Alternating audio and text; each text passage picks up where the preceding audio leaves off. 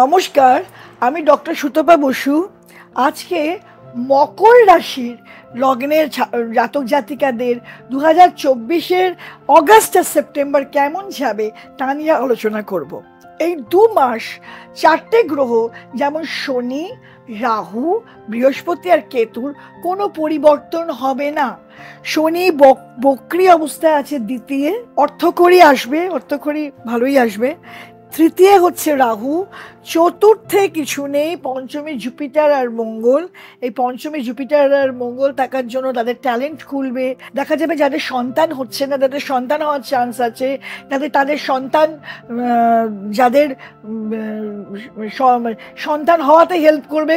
আবার যাদের প্রেমও টিকে যাবে। 5th হাউসে বৃহস্পতিতে প্রেমে যে কোনো গন্ডগোল হবে তা না, তবে মঙ্গল থাকার জন্য এখানে কুজিব যোগ সৃষ্টি হয়েছে। তবু বলবো যে যাদের পুরনো প্রেম আছে, ঝগড়াঝাটি একটু অ্যাডজাস্ট করে ঝগড়াঝাটিকে অ্যাভয়েড করা। 6th হাউসে কিছু নেই, 7th হাউসে রবি, সপ্তমে রবি কিন্তু ইগো দেয়। অষ্টমে ভেনাস আর মার্কারি, নবমে কেতু স্পিরিচুয়ালিটি দেয়। নবমে কেতু কিন্তু হায়ার এডুকেশনে যারা রিসার্চ করতে চাইছে, যারা পিএইচডি করতে চাইছে, ডেপথ অফ স্টাডি খুব ভালো মতো দেয়। 17th অগস্ট থেকে 22nd অগস্ট আমরা পাচ্ছি অষ্টমে মার্কারি রেট্রোগেড, ভেনাস সান মার্কারি রেট্রোগেড অষ্টমে, আবার নবমে কেতু। তো এই সময়টাই আমরা দেখতে পাবো এই রেট্রোগেড মার্কারি কিন্তু খুব একটা ভালো ফল দেয় না। অষ্টমে রেট্রোগেড মার্কারি কিন্তু খুব ভালো ফল দেয়। এই সময় কিন্তু অসুস্থতা দিতে পারে, নানা রকম অসুস্থতা, নার্ভের অসুখ, এসব নানা রকম অসুস্থতাও দিতে পারে। আচ্ছা, 22nd অগস্ট থেকে 27th অগস্ট, যেখানে 7th হাউসে কর্কটে, মানে 8th হাউস লিও থেকে 7th হাউস কর্কটে চলে যাচ্ছে মার্কারি, রেট্রোগেড মার্কারি। 8th হাউসে বসে আছে ভেনাস আর সান, আর 9th হাউসে কেতু।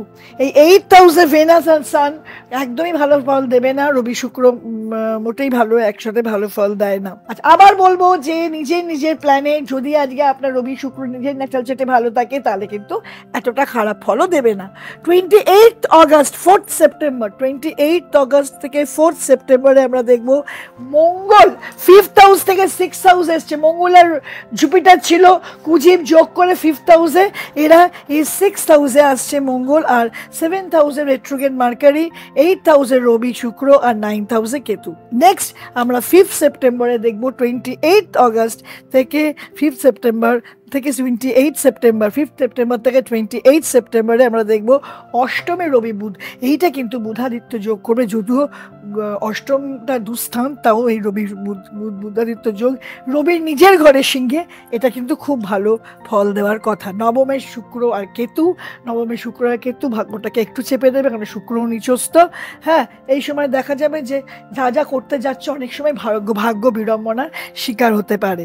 28 সেপ্টেম্বর ভেনাস দশমে যাবে, ভেনাস ক্যাপ্রিকর্নের দশমে যাবে, সেটা হচ্ছে লিব্রা। এটা কিন্তু আবার মালব্য যোগ করবে, পঞ্চমহাপুরুষ যোগের একটা যোগ মালব্য যোগ। আর সান, মার্কারি আর কেতু, এই তিনটে নবমে রবি, বুধ আর কেতুকে একসাথে দেখা যাবে। এই রবি, বুধ আর কেতু একসাথে কিন্তু কেতু চেপে দেবে রবি বুধ, যদিও এখানেও রবি বুধ বুধাদিত্য যোগ করছে, কিন্তু সে অর্থ কিন্তু আমরা বলবো না যে খুব ভালো কিছু ফল দেবে। ভালোই মন্দই মিশিয়ে ক্যাপ্রিকর্নের এই আগস্ট আর সেপ্টেম্বরটা যাবে। বাদবাকি যে গ্রহগুলো তো এক জায়গায় থাকবে, যেমন আমি বলেছি শনি, রাহু আর বৃহস্পতি, কেতু, এরা একইভাবে থাকবে, একই জায়গায়, একই পজিশনে। আর বাদবাকি যাদের যা চেঞ্জ হয়েছে সেই চেঞ্জগুলো আমি ডিসকাস করলাম।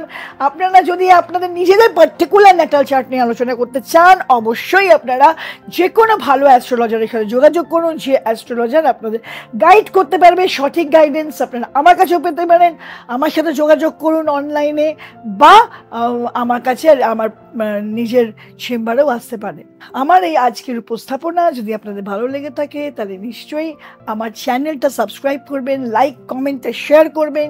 যদি অ্যাস্ট্রোলজিক্যাল অ্যাওয়ারনেস চান, অ্যাস্ট্রোলজি নিয়ে পড়তে চান, আমার সাথে যোগাযোগ করবেন, আমি নিশ্চয়ই আপনাদের হেল্প করব।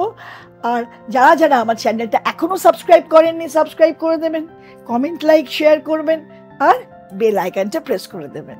নমস্কার।